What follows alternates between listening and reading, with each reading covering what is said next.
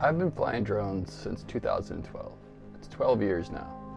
I was one of the earliest adopters of this technology, and I've used every iteration of the Mavic and Phantom drones. We've also had the chance to take one of those big quad or hexacopters that you could slap a camera onto. I've been hired to operate a few of these setups, and I can tell you there's a lot of wasted footage that is ruined by vibrations and rolling shutter that those cameras are just not made to handle.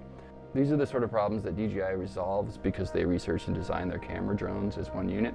Additionally, I've been using the 4D for a few years now, and I've really loved the image quality, especially the 8K version. So when the Inspire 3 was released with basically the same sensor and color science, I knew it was finally time for me to upgrade. We are in a weird era where I think more people than ever are considering the Inspire series over the Mavic series because there is no small drone with a Super 35 or APC size sensor. So it's either micro 4/3 or full frame. Some people do see the Inspire 2 as this option, the cheaper option to the Inspire 3 and an upgrade over the Mavic 3 Sin, but I recently shot on the Inspire 2 with the best gimbal, the X7 gimbal that has the Super 35 sensor, and I can confidently tell you there's a huge gap in image quality between the Inspire 2 and 3. The Inspire 3 cost about 3 to 5 times as much as the highest end Mavic 3, and also you totally lose the convenience and portability of the Mavic series. So there really needed to be a significant upgrade in image quality and shooting features to make it worth it. Happy to say there definitely is. The Inspire 3 can shoot up to 75 frames per second in 8K RAW with a true log profile, and it makes an absolutely beautiful image. When I got mine about 1.5 years ago, I started a personal project shooting the length of my local river, the Huron River, located in southeast Michigan. And working on that project, I've shot over 100 days with the Inspire 3 in about 1.5 years. So I really feel confident in what I'm telling you here. I've used this thing probably as much as anyone. In some situations, and for a lot of people, the Mavic 3 Sin is good enough, and most people don't fly and shoot enough in diverse conditions to sort of appreciate the subtle differences. However, I learned early on when I was a still photographer taking a color theory class the exponential differences in color spaces. There's really thousands, I don't know, maybe even millions of colors and resulting gradients in these larger color spaces in ProRes RAW when comparing it to 10-bit ProRes. Additionally, spreading out the pixels on a sensor also gives us a cleaner image. We obviously get more depth of field and a less signal to noise ratio. So if you're getting down to making that decision and just curious what's in the box, the drone comes with the RC Plus, and this RC Plus has a really nice big bright monitor on it. It also comes with 3 sets of batteries and a charging hub. Also, it comes with a 1 terabyte SSD Pro recording drive. These drives are nice, but they're ridiculously priced. The case this thing comes in is really nice. It's not quite like a pressurized Pelican case, but it is custom fitted with foam, and the hard case won't crack under pressure. I've flown 4 or 5 times with it and never had any problem. Obviously, if you're going to do this, I would cover up the Inspire 3 nameplate, which is on this case. For some reason, you don't really want to advertise that you have an expensive drone that someone could take. The case also comes with these 2 little plastic cases. One is for the X9 Air gimbal, and the other one fits all of the DJI Prime lenses, I think outside of that new 75mm one. The one for the gimbal also lets you leave a lens on, which is a nice little touch. I don't switch lenses that much, and it's nice to have that on there. That RC Plus has the DJI Pilot software, which is really another big leap in quality and functionality over the Inspire 2 or the Mavic 3.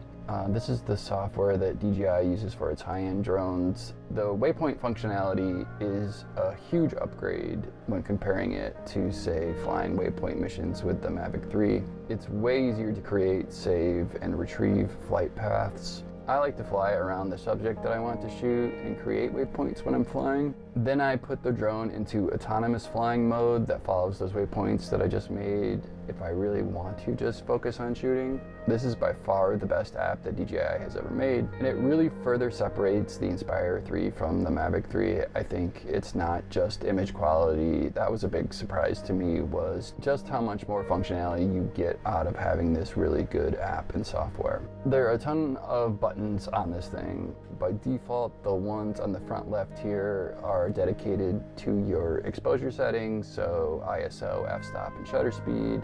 On the right side, this top button raises and lowers the landing gear. It's nice to know that there is a fail-safe that won't allow you to land if you still have it up, which sounds like, oh, I'd never make that mistake, but it's really easy to forget to do this when you're concentrating on landing with low battery levels and things are beeping, and maybe there's some people that have walked into the area where you're flying from. All those high stressors, it's just nice to know that you're supported and that the software has your back. The back trigger buttons here, C1 and C2, are really handy. I find myself using them all the time. C2 makes your X9, the gimbal image, full screen, and it hides much of the telemetry, FPV camera view, and other distracting information, allowing you to concentrate on your composition. This menu and user interface is wonderful. Even though you're simultaneously tasked with flying and shooting cinematic video, everything is designed so well that it's really easy to get into the menu and address whatever you need to do and get back to flying with little to no interruptions. There are a ton of fail-safes on this thing, and it's very easy to return to home should some sort of emergency happen by just clicking this button. The Inspire 3 is also monitoring your distance from home, battery life, wind speed, and ambient temperature in real time, and it will warn you if you're at the point where you only have enough battery life to get back and land safely. Additionally, the RC Plus has a full-sized HDMI port, so you can output to a large monitor or goggles if you want to share your shot with a client or a director. There's also a cavity on back where you can put a 5G dongle so you can wirelessly share your image or stream it live. Also, the RC Plus has a light sensor that, like your phone, measures the ambient light and adjusts the screen's brightness accordingly. But it's really easy to quickly access and manually change the screen's brightness. This is a 1200 nit screen, so you can see it in the brightest daylight, but the screen is really reflective, and there are times when the angle of the sun can make it really hard to see. In those sort of worst case scenarios, there's a nice little switch that you can toggle on that just increases the contrast and sharpness of this live view on the screen and does not affect the image you're recording.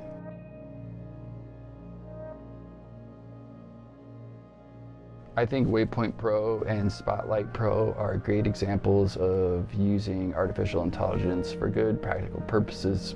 I personally operate my drones by myself 97% of the time, and I've been really frustrated with the performance of previous autonomous flying or subject tracking modes. The Inspire 3 really shines here with these smart modes, and it's clear that DJI designed the Inspire 3 so that its powerful features are also useful to solo operators as it is to a team of people. In fact, I'll go a step further and say it's actually more powerful to solo shooters. One of the reasons why I wanted to use drones initially was because it made it possible to pull off shots that it previously took a team of people and equipment and time to do. You access these smart modes via these little icons on the left side of the screen. Waypoint missions can be designed and refined beforehand if you want, but you can also just use the back buttons on the RC Plus to set points as you fly. I do this way more often because you can actually see the composition while you're placing the waypoints. As far as the Spotlight Pro goes, first off, there's no restrictions to the recording codec and color profile like there are on the lower prosumer models. I hated this restriction on the other DJI drones. I understood it because you're really removing a lot of image contrast, and this makes it more difficult. Not only did it restrict you from using the better recording formats, but you had to go into the menu and change the codec and color profile before you could even use these tracking modes, which, considering how fleeting drone compositions were and that you're trying to track a subject that's also moving, is a ridiculous thing to ask someone to go into the menu and screw around with codecs and color profiles. So it's really nice to see that a thing of the past. I've been really impressed with the accuracy when it comes to, say, for example, selecting and locking on like a single tree amongst other trees. That was something in the past that if it wasn't a car or a person, these subject tracking algorithms really had trouble with them. I would say additionally, the algorithm that predicts movements is so much better on this thing. Cars can go into a row of trees and this thing can match its speed and accurately keep your composition without like jarring moves in the gimbal. So all in all, the smart modes on this are a huge win, and they're just as important as the image quality leap that you get from the Mavic 3 Syn.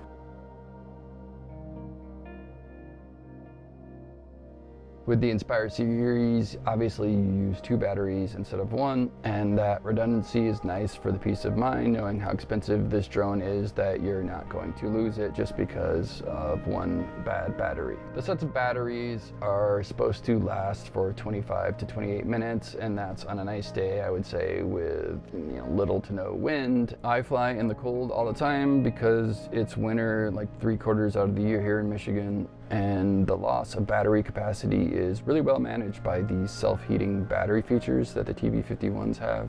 If you start the drone and the batteries are cold or become cold sitting in the car because of frigid outside air, the batteries immediately go into this self-heating mode, and you get a little warning on the RC Plus. It's nice to know that you're not stuck. You can override this and take off if you see some sort of amazing composition happening that's fleeting. You just lose a little bit of battery capacity. With the Inspire 3, you get 3 sets of batteries, and in my experience, this is enough to keep you flying nonstop. This is really nice to know because these batteries are $350 a piece or $700 for a pair. The charging hub that comes with this thing has 3 different modes. The first mode that you'll probably use the most is called fast mode. It's the one that I use all the time to be able to continuously shoot. In this mode, say you have 3 sets of batteries at 20%, it will charge each of them sequentially to 90% in pairs. And then once they're all at 90%, it will charge them to 100%. It takes approximately 30 to 35 minutes to charge one battery pair to 90%. This mode gets the batteries to 90% as fast as it can because the final 10% of charging and balancing these cells takes almost as long as it takes for them to get from 20 to 90%.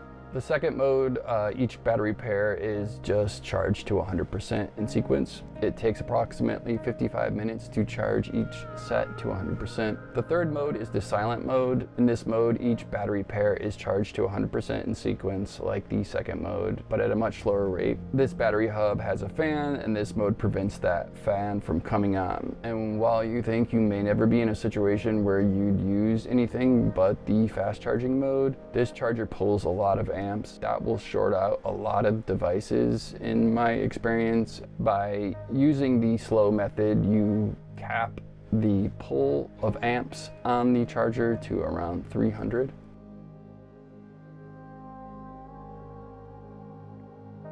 You have the option of shooting in ProRes RAW or Cinema DNG. And for those of you that don't know, you can't color grade ProRes RAW in DaVinci Resolve. You can convert it via the RAW converter app, which I do all the time for cameras that can only shoot in ProRes RAW. But it was really nice to have the option here and skip that step whenever possible. In ProRes RAW, you can shoot at 8K up to 75 frames per second. You can also do 120 frames per second at 4K. I usually shoot Cinema DNG when I'm on a one-day shoot. When I travel, I tend to use ProRes RAW because I can store a week's of shooting on a 8 terabyte drive, and then I just batch convert when I get back home. The oversampled 4K Cinema DNG files are beautiful, and I prefer how they look compared to the 8K ProRes RAW. That's by no means a scientific comparison. It's more to do with personal preference and ease of workflow. As far as still photographs go, you can take stills with the Inspire 3, but it doesn't have any of the advanced still features that the Mavic and lower drones have, like bracketing or HDR capture. You can basically just take really nice raw stills. It was obvious the Inspire 3 is made to handle professional cinematic video, and stills are really just sort of an afterthought. As far as the lenses go, the 8K Air obviously has the native DJI DL mount, so you can use the DJI Primes. Personally have settled on the 18mm and the 35mm. I found these two focal lengths to be the sort of perfect combo, especially when you're considering that Super 35 crop mode, the 35 becomes around a 50mm, and that's about as long of a lens that I want to use on a drone. I did use the 50mm for a while, but I found it too restrictive, and while you can tap into the menu and change to Super 35, you obviously can't go to medium format.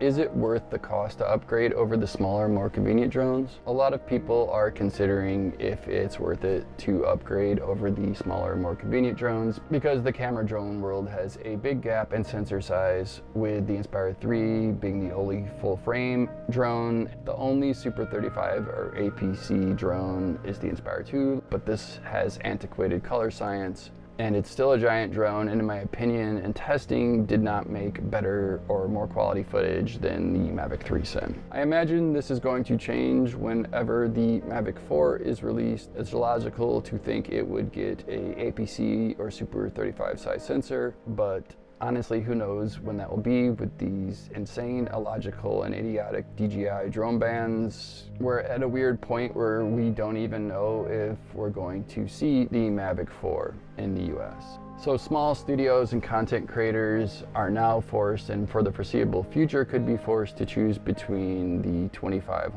Mavic Sin kit or the $17,000 Inspire 3 kit. That's a huge price difference. I think DJI recognized that this gap exists because it has just as many features to support single operators and small studios compared to its co-op feature set. By doing this, I feel like they recognize it's not just for big production teams, which makes it way more appealing to people like myself. Even though there is a huge price gap, I would say life is short, and we are using these machines to capture moments and tell stories, often traveling to faraway places to do so. I personally made the leap because over half of my paid work or more is aerial cinematography, and I want to shoot in the highest quality whenever I can and however I can. Thanks for watching. Please like and subscribe.